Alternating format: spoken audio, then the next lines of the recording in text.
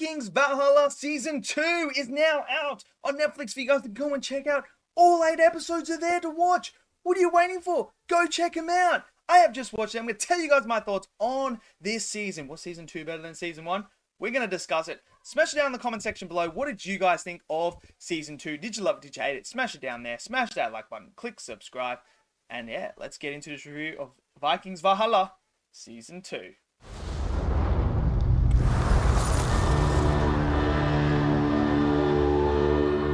So, Vikings Valhalla Season 2. Look, you remember Season 1. How insanely great was that season? I loved the first season of Valhalla. Absolutely loved it. I thought they brought in some new characters. This idea of having two factions of the Vikings come head to head on religious basis is absolutely brilliant. And something I've never seen in the Viking era before when it comes to TV and stuff like that. Like, we've seen the Christian English mob versus the Vikings, the pagans as they used to like to call them, the Norse god worshipping Vikings fighting each other. We've seen that before. But what we've never seen is Christian Vikings against the Norse god Vikings. I thought that was such a cool concept and a very interesting concept. Seeing this civil war happen, that's why I enjoyed it so much. Now we move into Season 2. So after the big Olaf trying to take over and, you know, basically turn everyone to Christians, we had the big battle at Kettikut, I think it's called, something like that. That all happens, and now this is the aftermath of it. So what happens in Season 2 is we really follow 4 different storylines throughout that all converge and meet to a degree. And they sort of do have conclusions. Well, not all of them, but some of them do. Now, obviously, we have the whole Freydi's stuff going on. She has her own storyline. She obviously is with Harold, who absolutely becomes one of my favorite characters of the season 2. I love that guy. We're going to talk about him a bit later. But we got Freydi's little thing going on where she goes to Ulfsberga or something like that, where she makes a new sort of like Norse god place where they all can come and worship and everything like that. So she's got her storyline going on with that. We've obviously got the Olaf storyline going on. What's happening with him? That's going on. Like, man, the guy's like basically betrayed. So he's basically about to get killed. So we got that going on. We also have the Harold and Leif storyline. They're going on their own adventure. And then we also have the stuff going on back in London with Queen Emma and Godwin. So there are 4 storylines going on here. And I thought the way that they handled all 4 storylines was good. I felt like it didn't really feel out of the ordinary. So when you tackle 4 storylines, you can feel like you're either taking up too much time on one storyline and not enough on the other one, or you just feel like you're not getting enough attention to all of them. But I felt like we got enough attention to all of them. I really did. I really felt like they executed that brilliantly. I thought then they gave us enough of what was going on with London, because you could easily focus on London a lot more, and then that would take away from the other 3 storylines, which were definitely the more interesting one and the more ones that we're looking forward to that are actually going to have bigger consequences moving forward in Season 3, which I hope we're going to get at Season 3. So the stuff with Emma and Godwin, that to me was very much like a chess match. And now we're starting to understand a bit more about Godwin and his ambitions and where he's going. Like, this is a guy that is really good at playing chess behind the scenes. He is really good. He reminds me sort of like a Littlefinger sort of character, where he's just moving pieces behind the scenes. He's got his own ambitions, and he's making people feel like he's on this side, when really he's on this side. So we see that, and Queen Emma is starting to recognize what's going on there. We have Canute returning at the end as well. So I think he's going to play a bigger role in Season 3.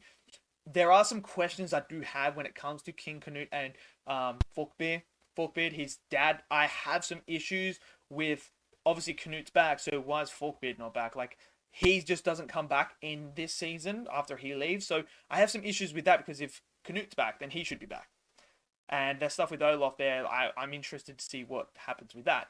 Then we also have Haraldsson and Leif. I mean, these 2 are my favorite characters in this show, and I loved seeing them work together. I must say, Leif has an absolute fantastic character arc, and this guy, man, he has just gone through the freaking ringer again. So we know in the last season he lost the love of his life and he lost basically all of his friends except for his sister. But he obviously made one in Harold.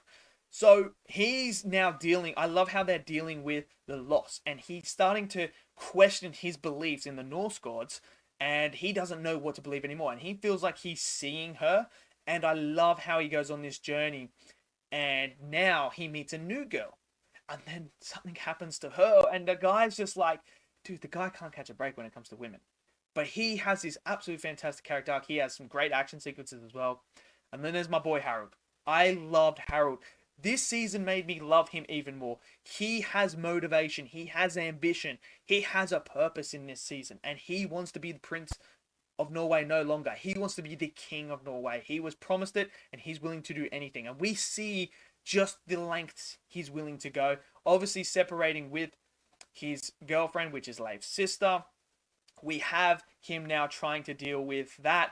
And he obviously meets someone else. But he has this freaking awesome, awesome character arc. And bro, there's just this one scene when he gets captured. Bro, that was so hard to watch. And it was graphic. And it was brilliant. And you just saw the sheer will of Harold. That scene there confirmed it for me for Harold. Like, that made me love Harold even more. Like, it was just absolutely brutal, but brilliant for his character. And I thought he was absolutely fantastic. And I'm intrigued to see now where they are at the end of season 2. What is going to happen with Harold and Leif? What is going to happen with them? Because there's so much there that I am intrigued to see where they're going to go. And bro, how about that fight?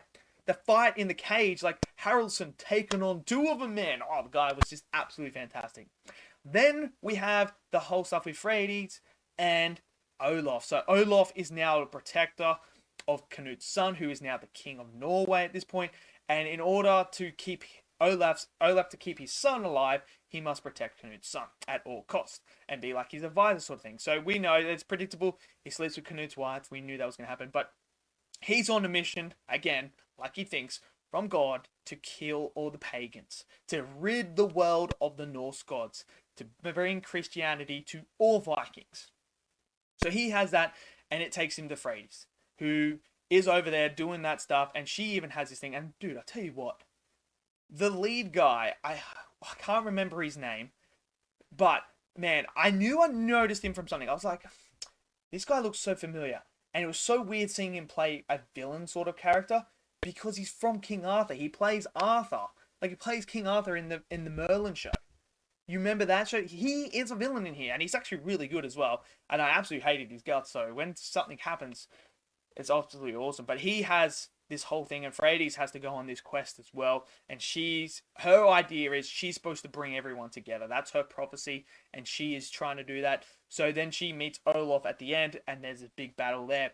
I'm interested to see where we go with that. I feel like her storyline is almost completely wrapped up. The ending just felt like it wrapped everything up. It really did for her character. So I don't know if we're going to see much of her in season 3, personally, because I just don't feel like there's any conflict with her character, especially the ending here.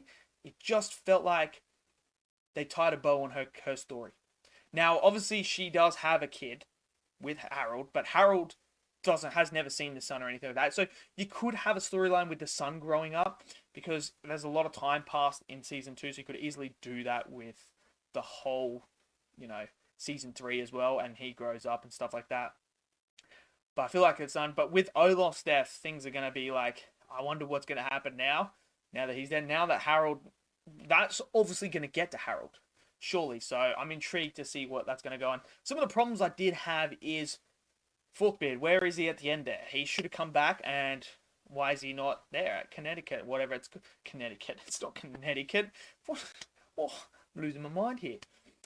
Why doesn't he come back to Norway there? And like, I don't understand where he was. Like, I don't know. And King Canute doesn't come in and say anything. So, but I'm interested to see where we're going to go moving forward in season 3. I liked season 2 a lot. I thought there was great action sequences. There was some really, really good world building in here as well that I'm intrigued about. We have some characters making moves as well. Storyline's still open for season 3 that I'm intrigued about as well. So let me know in the comments below, what did you guys think of season 2 of Vikings Valhalla? Did you love it? Did you hate it? Smash it down in that comment section below. Smash that like button, click subscribe, and I'll see you guys next video. Until then, stay safe. Peace out.